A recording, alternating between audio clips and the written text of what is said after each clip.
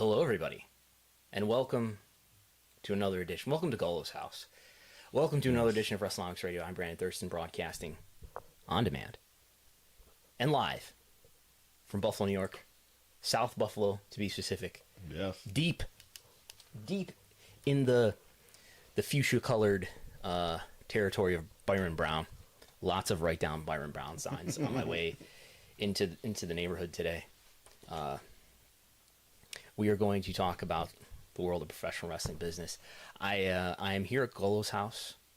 As you can see, I think I'm sitting in one of his kitchen chairs or something like that right now. Dining room chairs. Dining room chairs.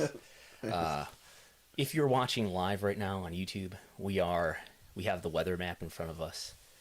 The Golo report with all the TV ratings is behind us. I will be able to point to it. Golo will be able to point to it.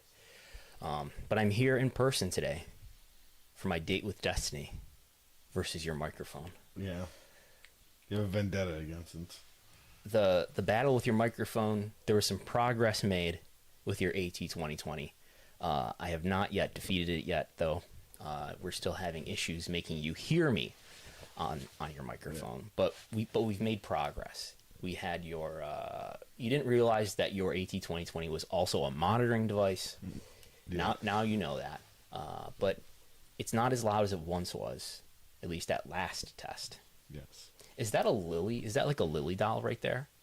No. You don't have like a fiend lily doll? What is that? No. It's a grumpy cat. It's a grumpy cat. Okay. Yes. It looks kind of like a lily doll from afar. No, I have no lily dolls here. I'm surrounded by Spider-Man things, and there's wrestling things in here too, right? Yes, yeah. So this is like a room in progress. I'm actually going to tear down all these walls and turn this into like more of like a studio, like lounge type deal. Really? Yeah, this is going to get renovated within the next year or so. Like, this is all going to get torn down. Okay. You could probably get closer to the mic. Listeners who are watching the chat, you could like pull the stand.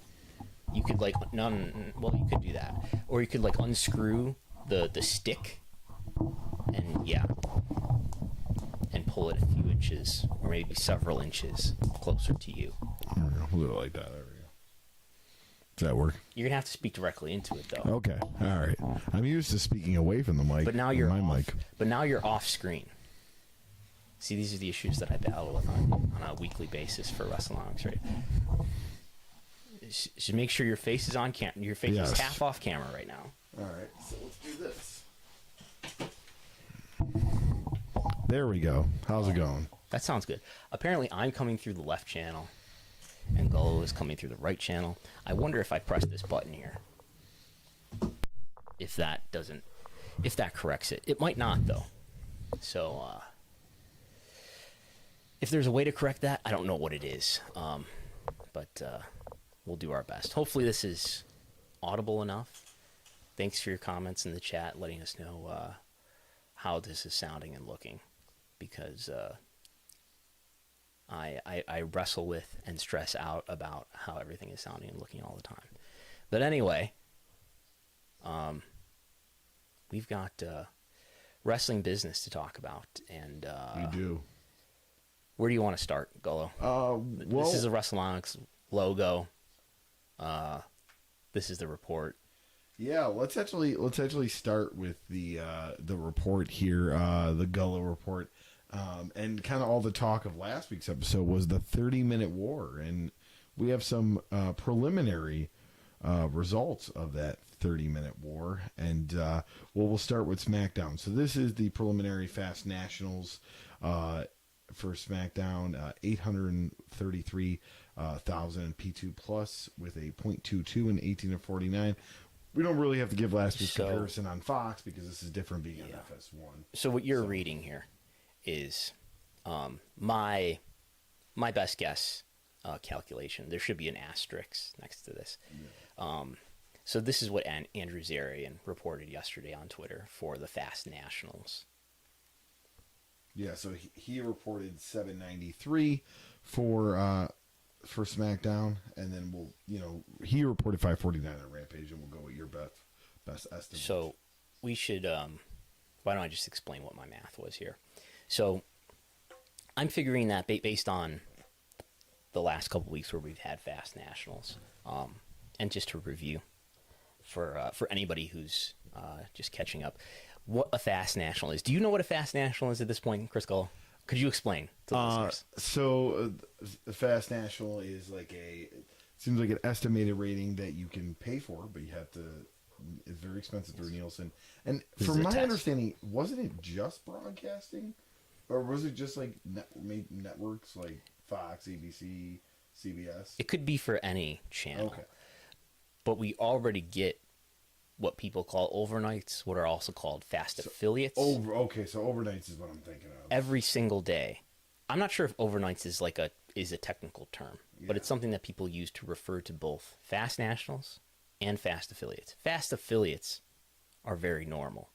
We get fast affiliates every day. There's fast affiliates. Today is Sunday.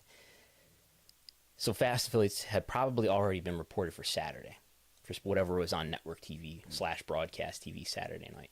We get fast affiliates every day, and we get fast affiliates for SmackDown the next day when it's on Fox, because Fox is a broadcast network. So that's not out of the norm. What is out of the norm are fast nationals. Fast nationals could be for cable or broadcast. Again, where fast affiliates are only for broadcast. So fast nationals, as you said, have to be paid for. They're something that Nielsen subscribers have to specially request, and it's expensive. A couple $1,000, I think, for every program that you want a fast national for. And we've been dealing with fast nationals really for the first time in my life of covering wrestling business. This is the first time I've ever dealt with actual fast national data. So this is a big deal. So this is what the 30-minute war has come to. Yeah. So what we have on the screen right now are the fast nationals up here. This is from Andrew Zarian, the total viewership. Now, we'll get to this in a moment. Let's just talk about how I got to this math. But now let's get to it now. What's been reported in the last couple weeks have been the total viewership and the demo. Sean Ross Sapp reported this information first a couple weeks ago for Rampage only. Then the next week, Raj Giri from Wrestling Inc. reported this information, total viewership and demo for Rampage and Smackdown. Sean Ross Sapp apparently got this information too. At least for Rampage he did. This week, the only information that has made it to reporters is the total viewership, not the demo. Conspicuous. More on that later. So what we have here, reported first by Andrew Zarian of the Mat Men podcast. SmackDown, obviously, we haven't mentioned this yet, but people listening probably already know. SmackDown was on FS1, which is a cable network, instead of its usual broadcast home of Fox, because we had baseball playoffs on Fox. So what we have here is the 2.5-hour fast national rating for SmackDown, 793,000. And what we have for Rampage, 549,000. Now, looking at these numbers, we'll get the final, by the way, on Monday, right? These are just like prelim numbers. These are not the final answer from Nielsen. The difference by percent between fast nationals and finals is roughly 5%. So if we're trying to make an estimate, which is what we're doing right here, we're trying to make an estimate about what the finals will be that get reported on Monday. Let's just add 5% to each of these numbers, and we get this: 833,000 for SmackDown, 576,000 for Rampage would be my rough estimate. I bet that's pretty close to what we're going to read on Monday. Now, it's conspicuous that the demo hasn't been reported yet, while it has been reported in prior weeks. It sounds like at least Raj Giri made some effort to see if he could get the demo rating information. He could not, apparently. He has not reported it yet, anyway. I asked someone about what's happening here as far as why we didn't get the demo. I was told by someone who presumably knows what the demo is, that there's a reason why the demo hasn't been reported yet. So anyway, let's go further with our estimate and try to estimate and predict what the final rating is going to be for the demo. That is the viewers between the ages of 18 to 49, And if Gullo will move his head out of the way a little bit. So what I have here in blue is sort of a pro SmackDown case, and what I have here in orange is a pro Rampage case. So to predict what the demo is going to be, I'm looking at what's the usual percentage of viewers relative to the total who are between the ages of 18 to 49. And AEW viewers, there tend to be a higher percentage of viewers in the demo for AEW programs, including Rampage, than there are for WWE programs, including SmackDown. So, what does it say here? Hopefully people can read this. We're looking at it a little bit differently. So, let's take a pro SmackDown case. Let's assume that the 18 to 49 demo percentage out of the total is 38% for SmackDown and 49% for Rampage. This is based on the last few weeks. Rampage had a really high percentage of viewership in the demo early on, say for the CM Punk episode. I think it was like 60% or something like that. It's quite high. And that has slid down as the weeks have gone on and the total viewership has diminished. So, and that program really seems to be settling into whatever its norm is going to be. But anyway, let's say 49%. It's been, I think it was 45% the week before. That was the lowest it had been yet. And it had been in the high 40s, low 50s in the few weeks before that. So let's say 49% for Rampage, 38% in the demo for SmackDown. What we get then is 316 in the demo, 316,000 in the demo for SmackDown, and 282,000 in the demo for Rampage. This is what I'm calling a pro SmackDown case. Everybody's more familiar probably with the demo ratings. The demo ratings for those viewership totals would convert to 0.24 demo rating for SmackDown, 0.22 demo rating for Rampage. I can point to it, just like a weatherman.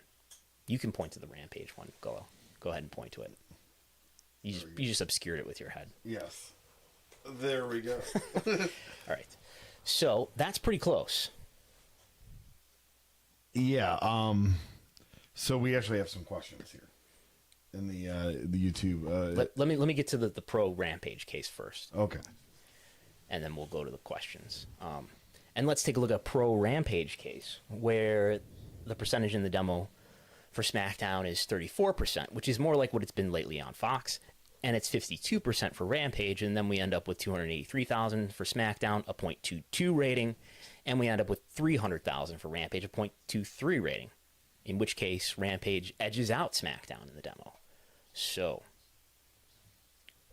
I think these numbers are going to be very close when they're reported on Monday. There's questions. Apparently. Yeah, well, there's questions.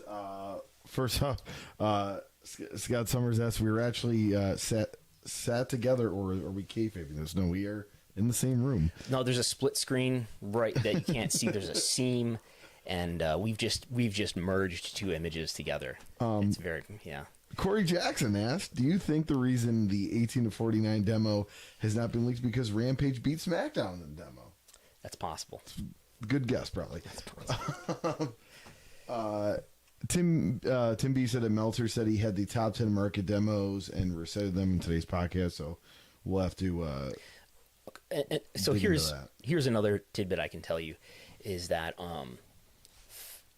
who do you know who the baseball game was between on Friday night that was on Fox? I'm assuming it was Braves and Dodgers. It was either Braves, Dodgers, or Astros, Red Sox. Okay. Well, apparently once my team's out, I don't pay attention. I think it's in New York and Chicago. The SmackDown was still on Fox, I was told. So if you're trying to make a pro WWE argument, you could say, well, even if, let's say we find out on Monday that Rampage edged out SmackDown in the demo. Rampage on TNT, SmackDown on FS1. Even if that's the case, one could, I don't know who's going to do this. It's not like WWE's going to make a statement about this, but one could spin that, well, if you added up the SmackDown viewership in New York and Chicago, actually SmackDown would come out on top in the demo. That's very plausible. Because what usually happens is if in the recent weeks where there's been preseason football on Fox, we're in a handful of markets across the country. SmackDown either wasn't on or was on at a later time. Eventually, when those ratings would be reported on Monday, that all gets aggregated together. It all gets tidied up and fixed. That's not going to happen in this case. What we're going to get on Monday is a report of what SmackDown did on FS1 nationwide. And there's not going to be any report about what SmackDown did on Fox in New York and Chicago. At least not from, like, Showbiz Daily or from me. I guess maybe I could try to get access to that information. We'll see. So yeah, it'll be very complicated, and there'll be lots of plausible deniability, at least in WWE's favor. We'll find out on Monday. I'm debating doing, like, I was thinking, should I do a live TV ratings talk on, like, Monday evening instead of Thursday, because there's no Dynamite rating again. Your Twitter too. Your Twitter is going to be very interesting after 4:00 on Monday. Whatever those results are. Yeah, you get a lot of notifications. It always is, and I tweet, and then I mute the tweet. Speaking of Monday, people were actually bringing up the as far as the quarter hours and what that half an hour was. Yeah, we'll find out all Monday. These are just estimations for the whole show. Quarter hours, as far as will we get that information? Somebody will get that information. Maybe I'll get that information. I have been reporting Rampage quarter hours for weeks consecutively here. W quarter hours are harder to come by, but I've reported Raw quarter hours in the past. So I don't know. We'll see. I will ask.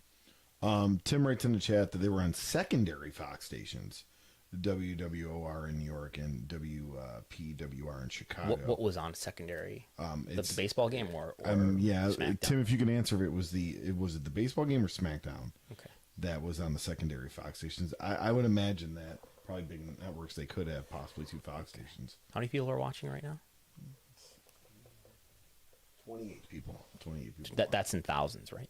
Yes. Okay. Yes. Okay. Yeah. That's what's happening here. I don't want to speculate where the fast national information is coming from, but I will say it is conspicuous, isn't it, that the demo did not reach reporters this weekend. I thought that maybe we would get a Dynamite fast national too, but it doesn't sound like that's happening. But I wonder, I don't know if you know where I'm going with this as I put this slide up on the screen, Golo. I wonder if this is the last Friday Night War of the month. Well, so it would happen again, it looks like, on Friday, October 29th, correct? Yeah, so Friday, October 29th, which is the World Series, which I would imagine that would air in every single Fox market. And you may not know, but I'm curious, like, why the game was on secondary markets, or SmackDown was on secondary Fox networks. I'm not familiar with what that really means, in fact, but yeah, anyway. Yeah, I know. I just know that, like, the Yankees and the Cubs and White Sox not being in it, and but it's a Yankee rival. If it was ALCS, it's a Yankee rival. 2 Yankee rivals actually in there, so I don't know. Yeah. Okay. All right. So yeah. So I mean, as you have here preemption. So yeah, the 29th. I would imagine we will have another war. Will Tony Khan do the same thing he did this time around and give us a Rampage Buyin? Maybe. I guess, like, the question, what do the results, what kind of results encourage WWE to do an extra half hour again? What kind of results discourage them from doing a half hour again? Like, if Rampage does edge out SmackDown on FS1, does that discourage WWE from making that move again and then possibly losing again? Or if they really blow away Rampage in the demo,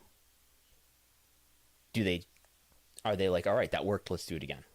Or is it, I mean, I guess I think it's the other way around. It's the other way around. I think it's if they blow out Dynamite, to say Rampage, to see what we did, and they'll just be regularly scheduled 8 to 10 on the 29th. If they lose, knowing Vince McMahon, he's like, you're going to have a SmackDown and FS1 that's all of a sudden going to have... He's not going to back down. Raw stars on it now. It's going to be a super SmackDown.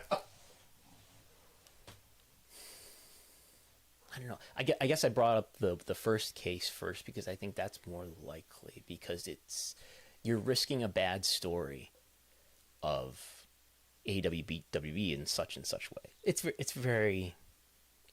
a really isolated case, and SmackDown is on FS1 and not Fox, obviously. But I sense that they wouldn't want, if the result is, oh, there's a way to spin the story in which it makes WWE look bad, why risk doing this again? But I can see what you're saying, though, as far as a company led by someone like Vince McMahon who doesn't want to back down, pal, from a challenge. I don't know. Tim did answer us. SmackDown was it was SmackDown around the secondary channels, and in Chicago it's a very, very small affiliate. So I'm assuming it's much like how for the longest time MyTV Buffalo was a Fox affiliate in Buffalo, New York. Okay. Yeah, I think it's something like that. So. Okay. But I'm very intrigued to see if we have another 30-minute war. WWE in this whole thing is taking a weird approach. Part of it looks like they're not letting it fuel them like WCW did, where they don't really address it in press conferences and all that. But then they do little things like running the extra 30 minutes and all that. So the order of power is different. It's if we're referencing 1996, let's say. Yeah. Where I've been listening to a lot of stuff on that because it's have the you 25th anniversary of what, of the NWO. So okay. I've been listening to a lot of how Vince responded, and they were all very vocal in media and all that. And... Well, in 1996, the order of power, at least financial power, was certainly in WCW's favor, and Vince felt attacked, as he often does. And like he was the victim of predatory business practices. Does that sound familiar? Anyway, so you could see how. I mean, I think it's always safer to punch up than to punch down, right? You look bad by being the big guy, which they are now by far. I mean, if we're just talking about revenue difference, it's probably a 10x difference for WWE over AEW. It's probably about $1 billion to $100 million in revenue difference on an annual basis. So. And I think you think about it like a wrestling promo. If you want to, we're taught in wrestling to never cut your opponent down, because if you beat them, then you beat nobody. And it's they don't want to put over this opponent, right? They want to bury this opponent. Yeah. They don't want this opponent to gain more traction and more momentum. So you don't want to acknowledge that this opponent even matters, right? You want to bury them and dismiss them and minimize their importance as much as possible. So we have Nick Khan saying things like, I don't ever think about competitors. He says to Ariel Helwani in that interview in August, he says, have you ever known me to ever think about what a competitor does? Something very much to that effect. I'm paraphrasing. And they clearly do. I believe they clearly do think about this competitor quite a bit. And they should. And if you think about where he comes from, sports agencies try to poach people from other agencies all the time. It's constant competition. It doesn't turn off. He's got that in him. He was very successful. I'm sure Nick Khan never thought about William Morris Endeavor while he was at CAA. No, but I think AEW poses a real risk to WWE in a lot of really fundamental ways. I think that's obvious. I think what's frustrating for fans, maybe I'm projecting, but I think what's frustrating for fans is that this is another example. This being when WWE dismisses or minimizes this notion that AEW is competition. This is another example of fans reacting unhappily, let's say, to that action because it's another example of WWE denying what seems to be to everybody else in the world to be reality, which I don't know.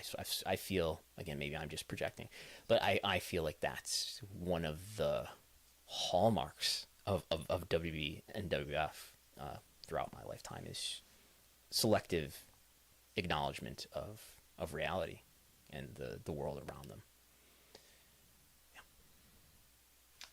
All right. On the next slide. Yeah, let's. Do we want to actually continue on this? Do you have more to say about this? No. I don't. All right, so you want to go back to the Gullo report? Oh, okay. Yes.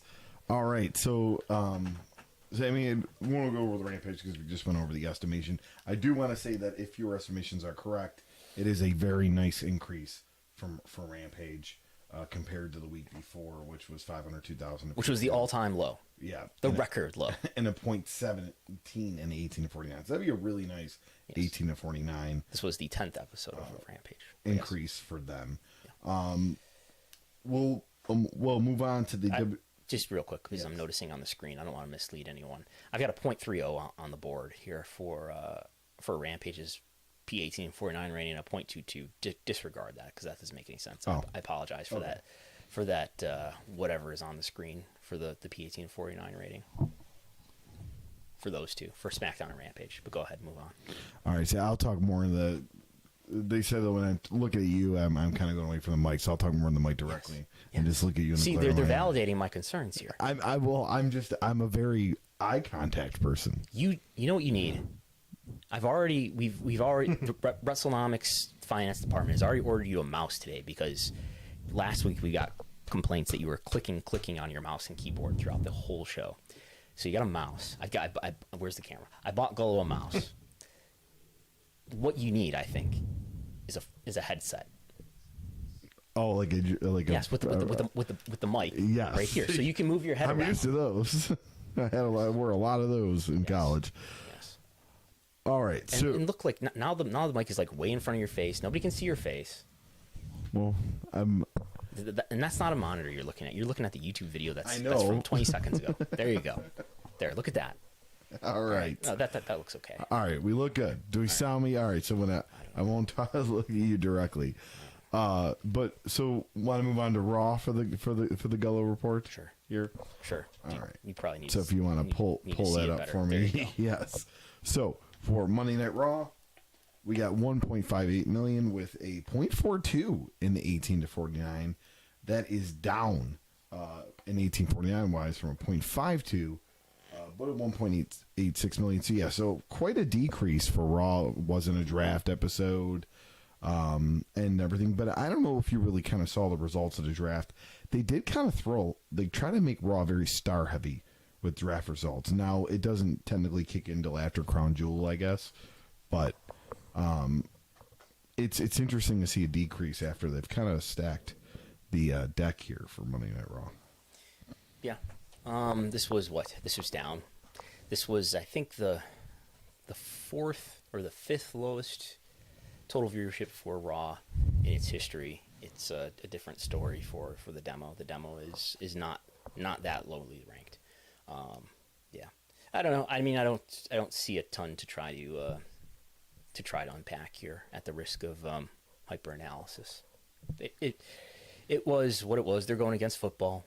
The football competition is complicated and different every week with, and which this goes for Thursday night too. In terms of sometimes it's on network and in addition to cable. Sometimes there's the ESPN2 Manning cast. Sometimes there's not. Yeah. They'll be going against the Buffalo Bills this week too. So that's true. The Buffalo Bills and the Titans are next week.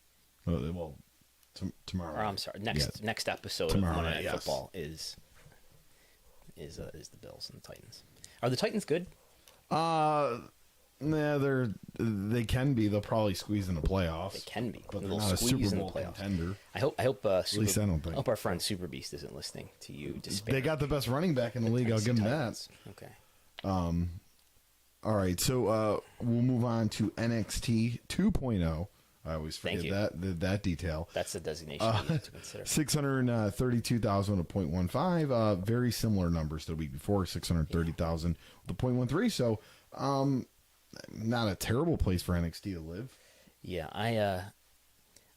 I've heard that when you if you just say NXT and not NXT 2.0, that there's in the headset of the commentators there's an electric charge that they feel.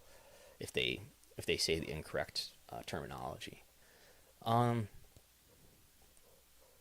This was an okay rating. And I hesitate to get too much into ratings because I've talked about those in some detail on Thursday already. This is a good example of where NXT might be living, especially on a 2 consecutive weeks where it did very similar numbers, at least in total viewership.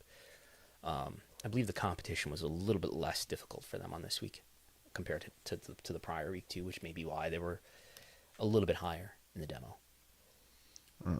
As you stated before, we don't have a Dynamite yet. You'll probably get that Monday. Let me just interrupt because I see stuff in the chat about the 3-0. Like I mentioned it earlier. I don't know why that's in there. I don't know why that generated in there. Maybe I was playing around with other scenarios. I tried to delete it out of the cell just now, but just sorry about that. Just please disregard the 3-0 there. That's in the Rampage row. All right, yeah. So as we said, Dynamite, not really go over that because we don't have numbers. We'll have numbers Monday for the Saturday night Dynamite. And the same thing, there was no Roads to the Top this week. So there was, but it was on Saturday night. Okay. So Saturday Dynamite and Saturday Roads to the Top. Those ratings will come out Tuesday morning. Okay, and then Impact, we do have an Impact here. 89,000 in a P2 with a .03 in the 18 to 49 compared to 111,000 the week before with a .02 in the 18 to 49. So an increase on the 18 to 49, but less than 100,000 viewers for Impact. I think this is the 4th lowest Impact total viewership ever. There's only a few that have been that low. One of them is, I think there were 69,000 viewers in July when there was the error with the guide. Yeah, guide. Where the guide did not list Impact in a lot of systems. So this is, I don't know, this is not a good rating for Impact. The demo, though, is up. We're looking at a program with very small viewership, though, so I don't know if these fluctuations in more limited sections of the viewership are as reliable as maybe the total viewership is, but even that is a small audience. In any event, that's measuring lower. This is, again, I believe this is the 4th lowest Impact total viewership. Well, when I say ever, I mean on Access. Yeah. It's probably higher than anything on Pursuit, I would bet. We don't know, though. All right, and then their Thursday competition, Darkside of the Ring, they overlap for 1 hour. Yep, did 135,000 with a .06 in the 18 to 49. That is slightly down P2 from 137, but up as far as from the 18 to 49 from the .05. That was the Bruiser Bedlam episode 2 weeks ago. This past episode was a Luna Vachon. Yes. In the grand scheme of things, ratings for Darkside are lower this season than last season, especially this second half after they've returned from the hiatus. I think this is like the 3rd or 4th lowest viewership for a Darkside episode. I wanted to bring this up to you. Do you think it's because the topics are becoming more, for lack of a better word, niche is probably better than what I'd say obscure. Like they're more like, hey, now we're not going away, so we're going to do this FMW episode. We're going to do the Bruiser Bedlam episode. I mean, these are all things I'm interested in, and I love the work they do over at Darkside. But I wonder if it's just that, that common wrestling fan, it's hard to bring them in. Even though almost every episode has like a Vince McMahon WWE tie-in to it. The steroid trial, I've been saying this on this podcast the last couple of weeks. That's coming up. That is ending the season. Is it? So interesting. I'm really intrigued to see what that's going to be because that's a pretty pro, and they have Jerry McDevitt on it. Do they really? Yes. Wow. Yeah. Huh. That's going to be a good one. I wonder if Jerry McDevitt defers to WWE about these things, or if Jerry McDevitt rides alone. If I remember, because Jerry, to be clear to everybody, I think everybody thinks of Jerry McDevitt as like WWE's lawyer, which is fair enough. But Jerry McDevitt isn't, and I don't believe has ever been a WWE employee. He is a lawyer who they hire from K&L Gates. If I remember correctly, listening to Evan Husney and Jason Iser, I think it is, on. Who are the producers? Yeah, I can't remember which podcast it was, and so I'm not like exactly quoting, but I think they mentioned how they wanted McDevitt. They reached out to him. He said, "Let me see if." He will do wrestling media. He sometimes. goes, "Let me see if this is something I should do," and then he gave them the okay, I guess. So like Really? he probably cleared it. I'm sure he didn't ask permission, but he's probably like, "Hey, if I did this, what was your thoughts?" Because he's done like he did the Something Wrestle Live with, Keep like, the microphone close to you. He did the Something Wrestle Live with Bruce Pritchard before, so like here. yeah. There we go. Yeah, he did that. So like I know he'll pop up once in a while, but And I get the sense that like they trust him because he's the lawyer and he knows. First of all, he's intimately aware of the legal proceedings related to whatever he might be talking about, and he knows like what's, I want to say, okay to say and what's not, or what's a good argument and not, or something, something to that effect. But anyway. Yeah. So, it's so funny. Scott Summers brings up a point about the Dark Side of the Ring. It is immediately available for a catch-up and a demand service. So much, though, that, and I'll admit it on this podcast here, I will, at around 9:15, 9:20, put in the Vice TV app and start it from the beginning with no commercials. You're telling me that there might be alternative ways to watch some of these programs that are not measured in the Gullah Report? Yes, and it pops right up. So just to Scott Summers' comment, yes. So it's so on demand that it's up there like 15 minutes into the 9 o'clock hour. Really? Yeah. And there's no commercials. When I watch it on demand, there isn't. There's like a Vice commercial here and there, but there's not. When you say on demand, how? So I'll go on the Vice TV app. Is this something that you need a cable subscription? No, you don't have cable. Yeah, You do have cable. I do have cable. Yes, you have to have a cable login to get the Vice TV app. And okay. Yes. Okay. So you have to you have to be on a system that is carrying Vice. Yes. And Vice is probably being paid by the system. Yeah, like the Vice TV, you have to have a cable service, whether it's Spectrum, still Verizon, some sort of economic Cox, incentive. whatever. Yeah. Well, I mean, it's like the heels stuff that we talked about before. I mean, we are, especially when it comes to programming that is not live. It's not a live program like the in-ring programs are. I don't know if the majority of the viewership is live same day, which are the numbers that we're looking at here, or if the majority of the viewership is what we might call delayed, beyond live same day.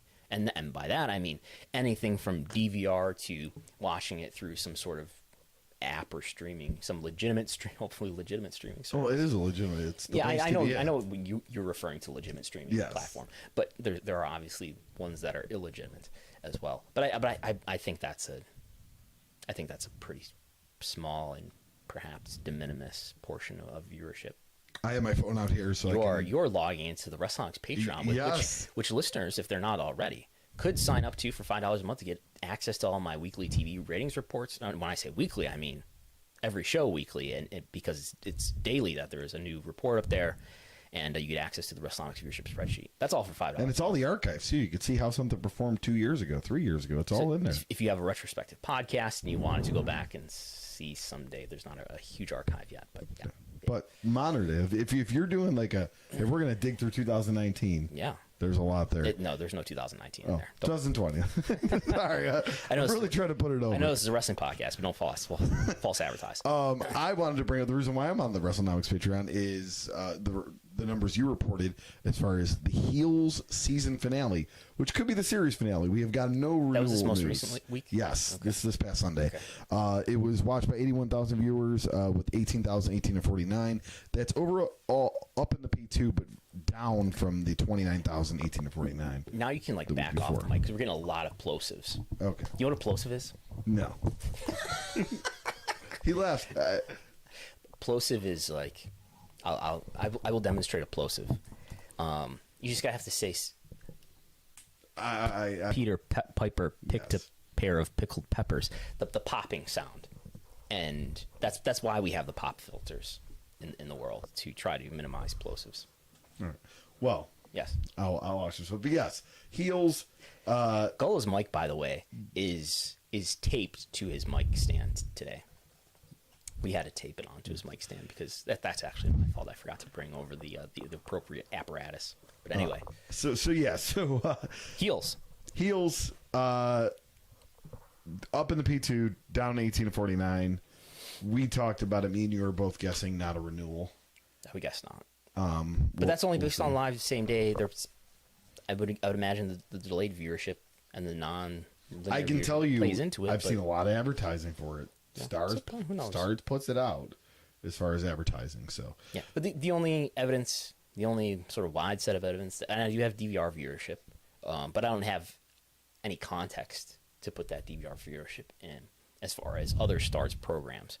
But compared to Sunday live same day Stars programs, Heels did not do that well relative to its predecessors in that time slot.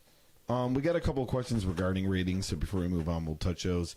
It looks Umesh Mina, and if I mispronounced your name, I'm sorry. Can you tell how much percentage of each show's viewership comprised of people over 50? Comprised of, yes, for most of them. What we really need to do is bring out the spreadsheet. Maybe I can do that. Should I dare try to do that right now?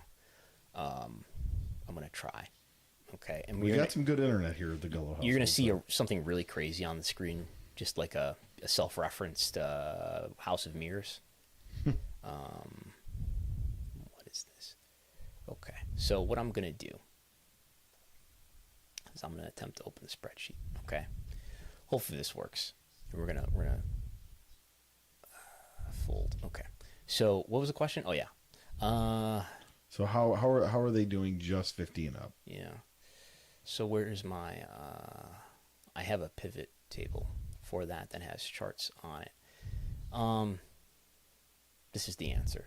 So we don't know, we wouldn't know for SmackDown anyway because on Fox. We will know actually this week because it'll be on cable, so Showbuzz will report a P50 plus rating.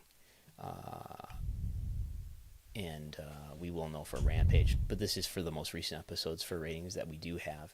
Raw, it's 62%. 50 and over. For Dynamite, not Saturday, but the prior week's Wednesday, the most recent episode of Dynamite that we do have a rating for, 50% in the demo. For NXT, 65% in the demo. We don't know for Impact because it doesn't finish in the top 50 cable originals on its day. We only get a P2 plus and a P18 and 49, but we can calculate from that what's not in the demo, and you could figure that a small percentage is under the age of 18, and figure that the rest of that is over the age of 50. So we get, and again, this is Impact that has a small audience, so less reliable data here, but 57% outside the demo. I would guess mid to low 50%. Age 50 or higher. Now that probably all this information that we're looking at here probably just correlates strongly to the median age of the viewer, which I think you should now be seeing on the screen. Yeah, that looks okay, right? Yeah. Which is here, color-coded and so forth, where, there's a distinct difference between this swath of WWE programs that are all having a median age of 50 or older, in the case of NXT on 2 occasions recently, 60 or older, and AEW Dynamite in the high 40s, low 50s, and Rampage early on as low as 43. That's for the CM Punk episode, in the mid 40s and 49 on the 2 weeks ago Rampage, or the last Rampage that we have a final rating for. So there's that. I wanted to bring up a question that Tim had. It's more of like correlation. He says, would it be fair to say that USA TNT have far more granular ratings data due to their parent companies, Comcast and AT&T, owning Xfinity and DirecTV? So yeah, their parent companies own cable providers. So more granularity than what? Read the question again. It probably makes sense. I just have to. So in 2021, would it be fair to say that USA TNT have far more granular ratings data due to their parent companies Comcast and AT&T owning Xfinity and DirecTV. So I don't know for sure. I've never been in a Nielsen database, but I believe definitely TV networks have Nielsen subscriptions, and they have them. And I'm sure they can look at the minute-by-minute ratings. I don't know to what degree they do, but absolutely. I think they can look at the minute-by-minute ratings of anything they want, because they probably pay Nielsen enough to get access to that information. Again, I'm not intimately aware of how a TV network, or in WWE's case, I believe WWE is a Nielsen subscriber. I think you get access to, I would think, just about whatever information you want as far as final ratings, and that includes granular information like quarter-hour data and minute-by-minute data, for sure. All right. So we can move on here. Okay. To the next slide. What's the next slide? Let's see here. I'm following along with you here. So we're done with the Gullo report here. We haven't done this, but we've talked about this in the past. I think just pointing out that FS1 has slightly smaller coverage than TNT, and it's a lower profile network, which is something that people should keep in mind too. I don't know if there's that much more to add. We have Vice on here too, just showing you what the coverage is of Vice and Access TV. Yeah. 55 million. We've and this is all as of August 2021. We have, I don't know if we've discussed this, but I discussed this on the live TV ratings talk. We have referenced in the past that Vice is in like 60 or 70 million homes. That's probably older information. It's now in 55 million homes. Access is in 40 million homes, which is about half of the cable homes. Yeah, so what I find interesting about that, is it'll be interesting to see if MLW ends up getting a regular, deal, maybe a weekday deal, 10 o'clock or so with Vice TV, because they would be in more homes than Impact, and be interesting to see if they could eventually eclipse the numbers that Impact are doing with that. So, yeah, we will see. I mean, the information that I got showed that MLW didn't exactly outperform what's normally in that slot after Darkside. But who knows if MLW Fusion was in a normal slot, if they could build up an audience that eventually was bigger than what Impact has, given Access is on a network that's only in about half the homes, and Vice is on a network that's in, I don't know, 2/3 of the homes or something like that. So there's that. All right, we'll move on to our next slide here. Boom! Oh, yeah. And I did see this when you sent it to me. I couldn't wait to talk about this. So, the head of the table, Roman Reigns, he's going to be on the November 29th Monday Night Raw. And where is that, Brandon?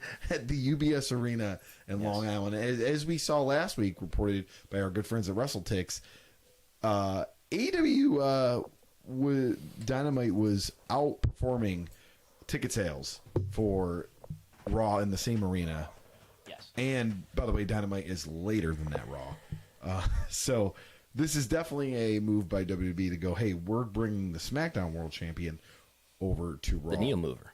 The Neo Mover is going over to Raw. And I find it interesting because I brought it up before that they keep making this point that the draft is set in stone after Crown Jewel, or in large-scale international event to some people. The LIE. Yes, the LIE. I find it interesting that they're just going to throw that out the window. Hey, we're going to bring SmackDown people over a few weeks after the rosters are set in stone. Now, to be fair, advertising Roman Reigns for a Raw doesn't necessarily mean that he's going to appear on the television program. He might appear in a dark match. He could do the dark match, yes. So this doesn't mean that he's going to be on TV necessarily. I'm looking for if WrestleTix is updated more recently than October 12th. They haven't, and today is October 17th. So this is as of 5 days ago. Same building. Raw is on November 29th. Dynamite is on December 8th. Tickets distributed for this event. Dynamite is currently at 7,000. Well, this is, again, as of the 12th. 7,522. Raw currently at 2,800. So this was, I believe, like a couple hours after this announcement was made. So it may be drastically different for all we know. The needle mover may have moved the needle and could be drastically different, but hopefully we'll get an updated report from WrestleTix sometime soon on that. This is a blank slide where I intended to put a chart. Moving on. All right. Oh, we should have just brought this up earlier. Yeah, I was going to kind of segue to it, but I wasn't sure where it was on the slide-wise. So we talked about that buy-in, right? The AEW Rampage buy-in that they put on YouTube. 3 matches they had too, but the big thing they advertised was Danielson and Suzuki. And it started, you have here approximately 80,000. John Pollock has here. John Pollock, yes. About 80,000 viewers, and it ended with 98,400. I know that's a global number. Yeah, when I watched Saturday morning, it was in the 400s. And I think Sean Ross Sapp said something about 300 something, but I don't know when he was watching it. I think the reason why this is interesting to me, or one of the reasons, is we're talking about the live viewership here, in terms of like how many viewers watched this and maybe weren't watching SmackDown. Remember, when we talk about SmackDown and Rampage, their TV ratings, we're talking about U.S. TV ratings, one country. The country with the highest TV rights fees and so forth, but that's one country. This is a global number. It's hard to say what the live viewership might be like, but I think on YouTube generally for wrestling content, and I know WWE's been geo-blocking India or something. I'm not sure how that's all working out. That's to appease Sony.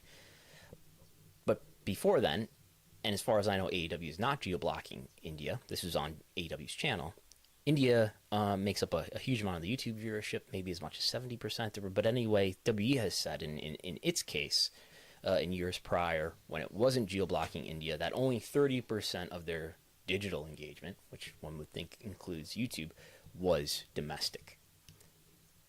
So a minority of this might be US, might be actually competing with SmackDown. And with the minority, my social media timelines were flooded with people having a TV of SmackDown and a laptop of YouTube. Yeah, I had that was my situation as well.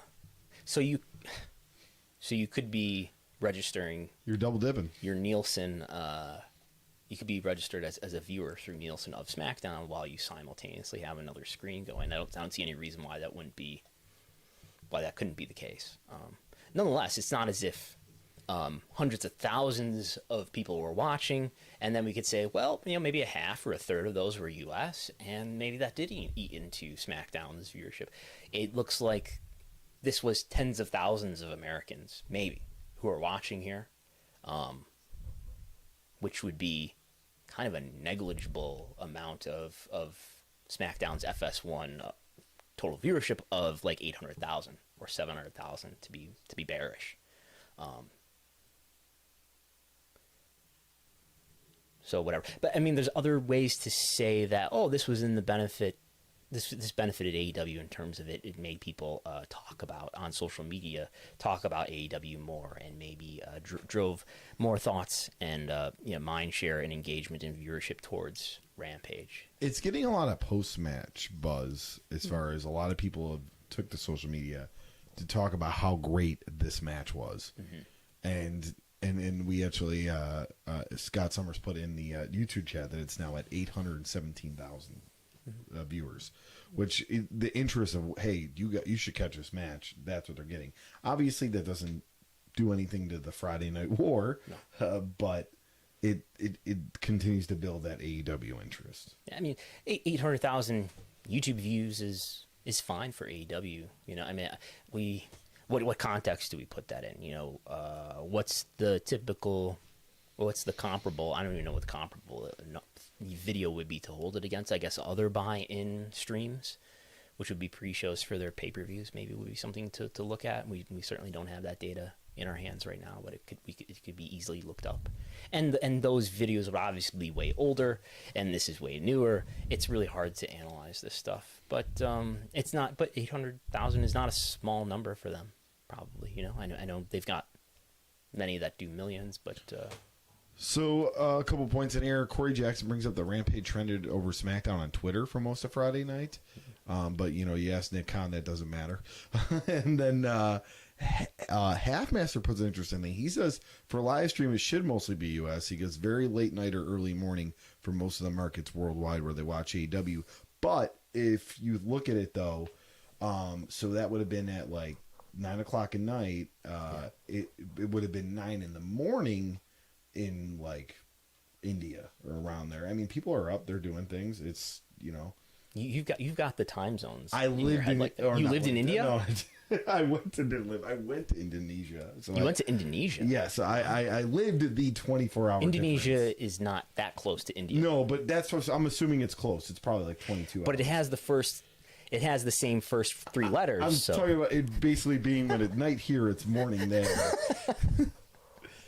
I'm just saying, Okay. I've lived a 24-hour difference, from where it is here. Okay. So, but that's a good point. That this would be most convenient for people in U.S. time. Think zones. about a big market, though. I mean, I'm not sure. It would probably be afternoon time in Japan, and of course, the Japanese audience, small market. Still, a Japanese audience would want to watch this match. I suppose. Yeah. It was 5:30 in India. Okay, see, so. Man, yeah, 5:30 a.m. Yeah. So, okay, so not so convenient. So India and Indonesia definitely have a huge difference. Yeah, they're like on. Yeah, but they're not that far. I mean, when I look at a map, I didn't think there was that big of a time difference. Okay. All right. I was in the geography bee once. Yes. I think you should have a map in this room somewhere that we could reference. I have a little globe in the other room. Okay. Because there's India and. Yeah, there's like Thailand and all that, and then India. But I'm thinking I thought it was a couple hours. Yeah, but you were there, and you were like, "Oh yeah, India's right over there. Yes. We're here anyway." I put this together this week just for fun. I guess it's also somewhat relevant with the quarterly report coming up on November 4th. This is the board of directors. Yeah. Would you like to? How many members are there on the? First of all, do you know what a WWE Board of Directors is? I think I've explained this to you before. Do you remember? So if I remember, they don't necessarily own part of the company or anything like that. I think they might own shares. Right, shares, but they don't get on because they own a certain percentage of shares. It's, I don't remember the exact thing, but I remember we talked about Steve Coonan, how he didn't have any really role in the company. He's just on the board of directors. Most of the members of the board of directors, with the obvious exceptions of the first 5 that we'll talk about here, these are not full-time WWE employees. These are not people who work for WWE. These are not major investors of WWE, although it's plausible that a major investor would push for certain members to be on the board.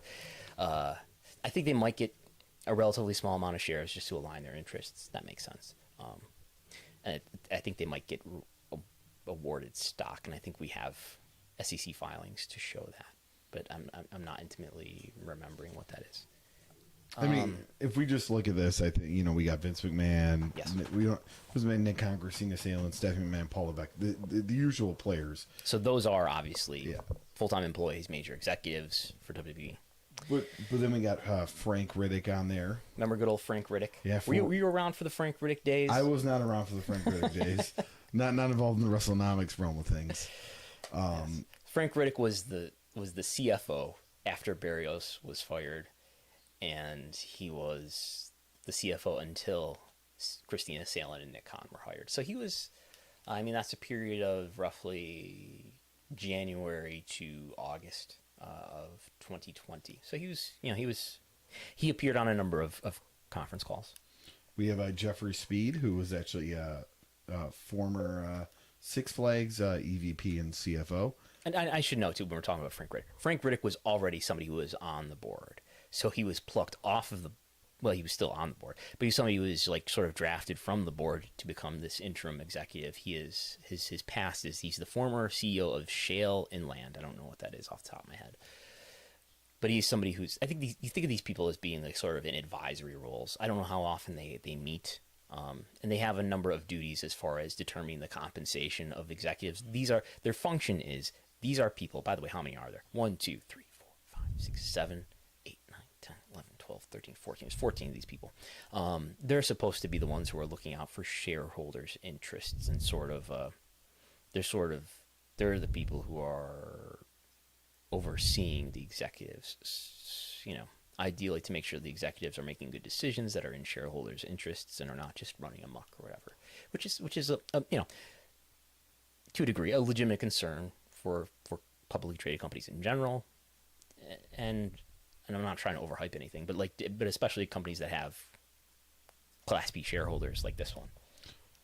It seems to be to a lot of these board of directors, their jobs would be something kind of related to what a sports entertainment market would be. Like you talk about Jeffrey Speed, Six Flags EVP and CFO. I mean, there's the entertainment, live entertainment. We got Lauren Ung, former Travel Channel president, cable network. Yep. We have Steve Pannon, who is former Parkwood Entertainment. Do you know what Parkwood Entertainment is? I don't know Parkwood Entertainment, though. Parkwood Entertainment, and I didn't know he was former. I think he was not former when he was. He's a relatively new member of the board of directors. Steve Payman is. Steve Payman is now apparently the former Parkwood Entertainment president and CEO. Parkwood Entertainment is Beyonce's entertainment production company. So large-scale entertainment events. I heard that Beyonce was putting over Naomi recently or something. Yeah, someone told me that. It's her daughter's favorite wrestler. There you go. Erica Nardini, Barstool Sports CEO, which is a huge thing to have there. Barstool Sports is pretty much taking She's relatively over new to the media. board. Someone was when I tweeted this, someone pointed out to me. People are. I'm not that familiar with Barstool Sports. I understand there've been some controversies. I couldn't describe to you what they are, but people were laughing at the fact that Tony Khan apparently appeared on 2 Barstool Sports shows recently and put over AEW and probably disparaged WWE or something. Yeah, I mean it's a media sports, and I always look at the wrestling podcast, and they started a wrestling podcast, and it was number 1 in the rankings a week later. Just a guy. It wasn't a name on it. It was just a guy from Barstool Sports. Boom, they were top in the rankings. What is the name of that? Or is that the Robbie? I think so. Yeah, I don't know where to put my phone, but anyway, off the top of my head. But moving on, Alan Wexler, General Motors Senior Vice President, Innovation and Growth. We have Manjeet Singh, who is the former Sony Pictures president of home entertainment. Mm-hmm. This is now that they've kind of merged WWE Studios in with their other media division. They still have an advisor, so if they want to get in the movie business, they are in the movie business. They license content to movie studios. Yes, they don't produce their own films anymore because that's expensive and fails. But they do license their content to The Rock. Never going to see a Marine ever again. I don't. How old is the most recent Marine film? Probably a few years. Okay. Yeah. I mean, there's no reason why you couldn't license that IP to someone who wanted to get The Miz out there again. Yeah, that's true. Yes. The Miz. I think we'll talk about The Miz. More about The Miz in a moment. Phones are flying everywhere. Steve Koonin, who we've talked about before in this podcast, Atlanta Hawks and State Farm Arena CEO, that's also the home of that WWE Day 1 event. That's true. Yeah. That'll be happening. And then Connor Shell, Sherman Entertainment CEO. Do you have any info on Sherman Entertainment? I think, so Koonin and Shell are the newest members of the board. Shell, I believe, was very much involved with the ESPN 30 for 30 series, is his big claim to fame. So there's that. So we just had just a question here. Well, first off, Scott Summers asked where Barrios and the other lady was. We talked about it during. Excuse me. We say people's names here on this That's what. Okay. Michelle Wilson is who you're referring to. He asked that. Yes. Okay. But I'm reading the question for the people on YouTube see it. You know who that other lady is. I do, but I'm reading the question word for word from the people. But yeah, the bowling company. Yes. Bolero, yes. What about Bolero? That's where they are right now. That's where Bolero. So there's more we can tell you about this. So George Barrios and Michelle Wilson, the former co-presidents of WWE, when they left WWE in January 2020, they formed after a long hiatus through the pandemic of I don't know what they were doing. They started their own shell company, or I'm sorry, maybe the more appropriate term is their own SPAC. their own. Do you remember what SPAC stands for? Special. Yes. I don't know. Something like Special Acquisition Company is something roughly what it stands for. It's basically, what is a SPAC? This is my understanding. Someone in the finance world could probably explain it better. It's basically an empty company. It says we're a corporation. We don't do anything yet, but we're going to acquire somebody else's organization and sort of bring them in and then immediately make them public. This is something that's been all the rage on the stock market in the last year or so. So they started Isos Capital, that is their SPAC, and then they acquired Bolero, which is this bowling franchise. Yeah. That's what they're doing. They're about to, I think they're about to they either have or they're very early in going public as that company basically. But their parent company, I guess, is Isos Capital. But anyway, yes. Corey Jackson just asked a question: are the pitchers ranked to how many shares of stock they have, or how important the role in the company? I tried to make them. There's no rhyme or reason to the size. I think it's like the most. Other than I made Vince the biggest because he's the chairman and the CEO and head of creative, and then I listed the full-time employees first, and then I think I tried to roughly put these in order of like who's the newest and who's the longest running members of the board, but there's no rhyme or reason that much to it. All right, we can move on to our next slide here. And you just brought it up. The USA Network has renewed Ms. and Mrs. Yes. For season 3. Yes. It did. We were looking at the ratings. It did great ratings. Here I've got a quick dot chart of the. This is the P2 Plus. Of I'm guessing the. Oh, I get to point. I get to live my dream now. I get to point at the chart. I'm guessing this is season 1. This won't be great for people listening on audio. This is season 1, and then in the middle, I'm guessing this is season 2, and then a hiatus, and then season 2 continued. And then if you move your head, you can point to what the remaining dots are. That would be season 3 with a hiatus in the middle. So the split season. You know how they do a mid-season finale and all that. So that's the mid-season. So the viewership for season 3 is obviously not as high as it was. It was well over 1 million for the entirety of season 1, which is apparently only 1, 2, 3, 4, 5, 6 episodes, I think. And then season 2 was, some of them were over 1 million, some of them under, some of them well under. And then the latter part of season 2, these might have had different time slots too. I don't think these were all getting the lead in from Raw. But the latter part of season 2 did well under 500,000. The big takeaway though is that season 3 did better than season 2. And again, I'm not sure what the relationship is there as far as when they had the lead in and when they didn't. But viewership was pretty good for season 3. Oh dear, I've closed the slides now, and I'm going to reopen them. So does this press release say? What does this press release say? So renewed for season. So you were talking about the bottom half of season 2. They got renewed for a 3rd season. What are you referring to? They're renewing them for a 3rd season. So you were saying season 3 did well. Oh, my bad. Season 2 did well. Yes. Thank you. So maybe the split is between the seasons is like here with season 1 and season 2. I don't know. Anyway, yes. I would like you to did they announce that during an appearance on the Ellen DeGeneres show? Yeah, on the Ellen DeGeneres show. Plus, Miz has been on Dancing with the Stars. That's right. Dressing in multiple different outfits. He was a genie, I saw. So, does Ellen DeGeneres still host the Ellen DeGeneres show? Yes, but it's ending, like at the end of the season. It's done. Oh, okay. Like I can't remember the exact end date, but yes, she was embroiled in controversy of being not a great boss. Okay. So, I would like you to read the quote here in this paragraph. Yeah. So we are overjoyed that we are able to continue giving fans a front row seat into our crazy lives, said Ms. and Maurice. Season 3 is going to be awesome. They both are attributed with this quote.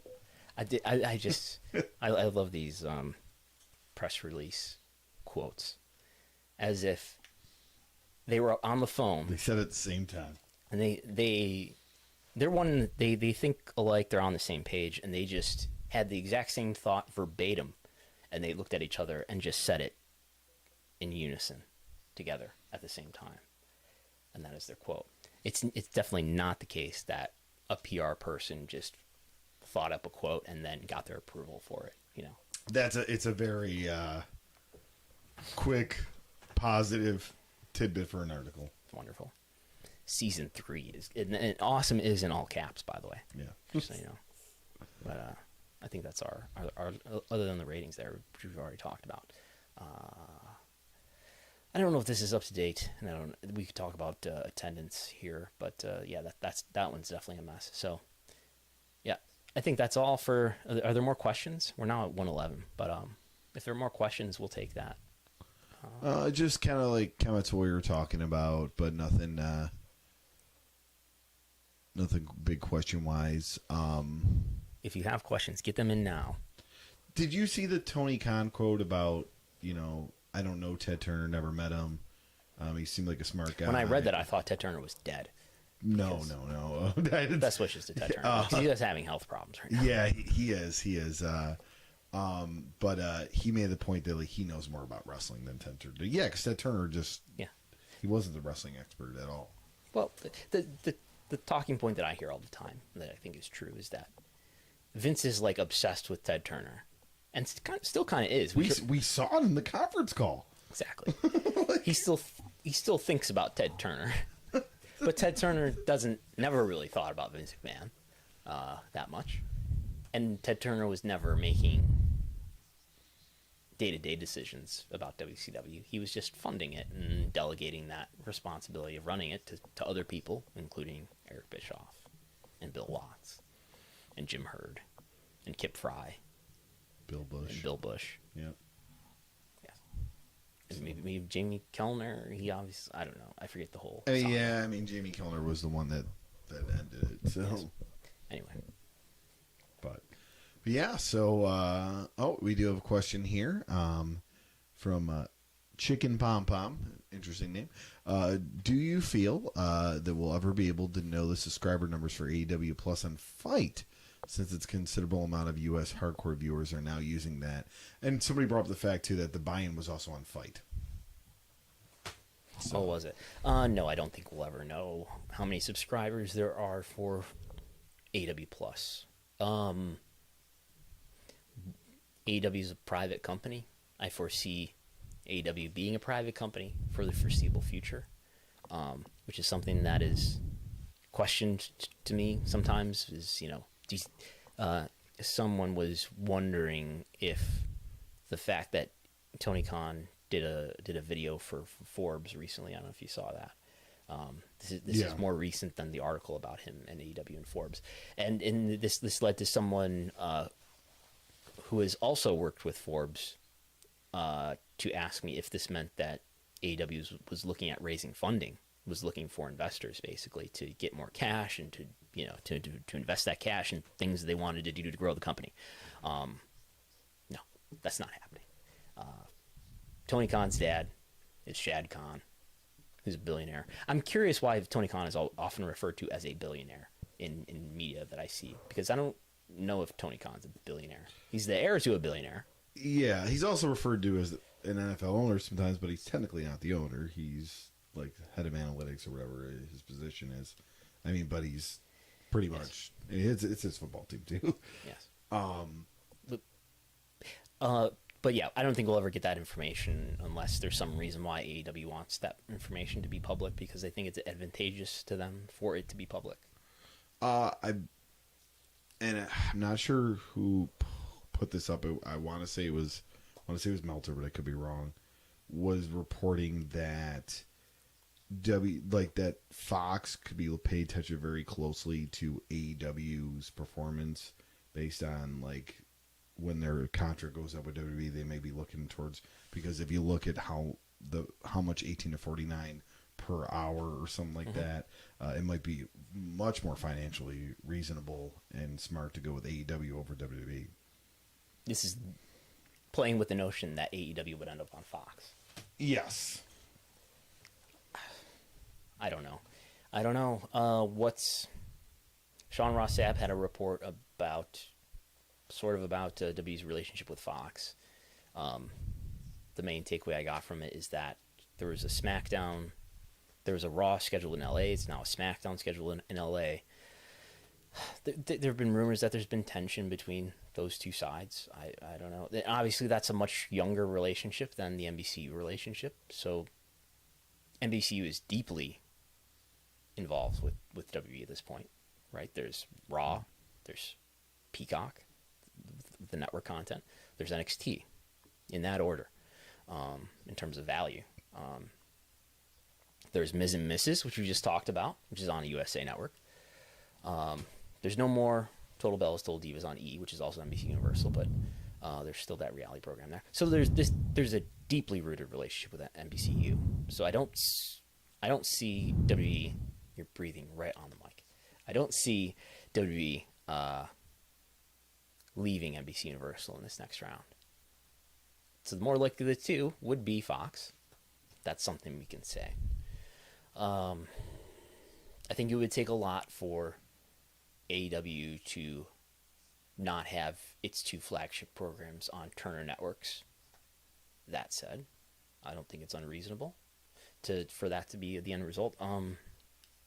For them to put one of them outside of the Turner Network, outside the Turner universe, or the Warner Media universe, or Discovery universe, when those two companies merge. But if Fox would have to make it very much worth it to them. I mean, Fox has something inherently that's valuable, and that's their reach. They're a broadcast network that's in over 100 million homes, well beyond the reach of TNT or TBS. So there's that benefit, and there'd have to be a lot of money involved as well. But yeah, who knows? All right, we do have some further questions that were asked here. Umesh Mina asks, how much money should AEW be getting in their next TV deal? Can they go to a network like ABC or maybe even Fox? We kind of talked about they could do that, but yeah, how much money do you think? Just a rough estimate of what they would get. Obviously, be more than what they're getting now. It depends. I mean, maybe it's in their interest to try to split it. I feel like I don't know a lot to say a lot with confidence, but maybe one of the lessons of 2018, thanks to Nick Khan, is that you make a lot more money if you split the rights. If you make a lot more money if you sell Raw here and SmackDown there, rather than if you sell Raw and SmackDown to the same buyer. You make more money that way. WWE did. They're richer today because Nick Khan helped them split the rights from just NBCU to NBCU and Fox. Maybe that's a strategy that AEW will follow. What will AEW get? Right now, they're getting about $44 million per year for their U.S. rights. I think there's a number of things that factor into what is your media rights value going to be. Viewership is one, and I think there's things to read within viewership, including where your viewership is ranking. Probably 1849 being the most important part of that. Where do you rank? We know Dynamite is ranking number one often in the cable originals on Wednesday. Rampage sometimes is one, sometimes, in the top 5 or so. But I think they're just based on their viewership. So there's other things too, like your synergies when you see Cody Rhodes appearing on these other Turner shows, when you see Miz appearing on other NBCU shows. Your ad rates are a big deal, of course. I don't know what anybody's ad rates are, but that's a factor, right? And that's something that we've kind of talked about. I talked about on Thursday in terms of, hey, look, NHL wasn't able to equal what Dynamite did in the same time slot. But I bet NHL is driving more value for Turner in terms of ad rates and perhaps in terms of carriage fees. But anyway, I think AEW is possibly going to get, just based on its viewership, other factors notwithstanding, maybe a 4x increase in TV rights fees. That would get them to $176 million per year. That's still substantially lower than what SmackDown or Raw get currently, which is $205 in the case of SmackDown, $265 in the case of Raw. But it gets closer. Your Nick Khan quote pretty much answered Scott Summers' question of does SmackDown go to USA? Nick Khan would probably look for another outlet if Fox didn't want in, and I mean he's talked maybe who's left on the table here, maybe it's on Amazon. Well, that's definitely what they want. Yeah, that's definitely what they want to hype, is that the fangs are the Facebook, Apple, Amazon, Netflix, Google world is interested in us. So if you're not going to bid aggressively, there might be others who are extremely wealthy. The fangs are the biggest companies in the world. Yeah. So perhaps as far as traditional outlets, Viacom is really the only one that's vacant, and I know they just announced that they're doing something with the WoW Women of Wrestling, but that's in syndication. That's in syndication, and I don't know that would be prohibitive. So, Andrew Barker kind of put a comment now that what does WWE do now that Triple H will clearly not be running the show when Vince steps down? We kind of talked about it, like Vince isn't going to step down, in your opinion, and I think he doesn't step down, either sells or he dies. Yeah, but Vince as John Moxley said, will die in the chair. Yeah. The most important thing, and I was validated when I was on Sean Waltman's show, and he was like, I agree with that, when I said, yeah, money is really important to Vince, but what's more important is control. He will never give up control. He will, as long as he has his faculties and he is able to work, he will be the head of creative forever. All right, here, Tim B, how have the cable network rankings changed since the SmackDown to Fox and AEW debut? Used to be above TNT, is that still the case? We're talking about the networks themselves. Right? Yeah, like I don't know. Cable. Yeah, I'm not sure. These are questions that require a spreadsheet to answer. These are, so I might be able to at least give you some background information on that on a Thursday TV ratings talk, where I have the spreadsheet up and we can actually look at some tabs that might be relevant to that. So please ask me that question again on a Thursday live TV ratings talk. Immortal Vegan asks, great name by the way, what's the difference between syndication and cable? Well, syndication can be syndicated on cable. It could also be syndicated on like regular broadcast networks. Is this a sort of a uniquely U.S. thing? Like syndication, I'm not sure. Like, I know obviously syndication was the backbone of professional wrestling in the 80s. Oh, this dining room chair is kicking my ass.